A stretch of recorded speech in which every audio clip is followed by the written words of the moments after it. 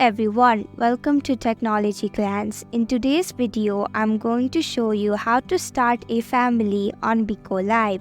Make sure to watch the whole video to learn how. Let's begin. First, open up Bigo Live on your mobile device. Tap on the Me icon at the bottom right of your screen. Now go ahead and select the family icon. If you don't want to join any existing family, you can create your own family on Bigo Live.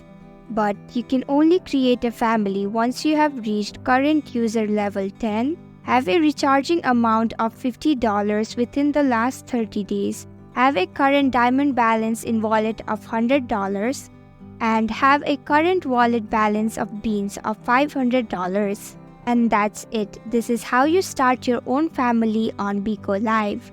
I hope you found this video helpful. If you did, please click the thumbs up button.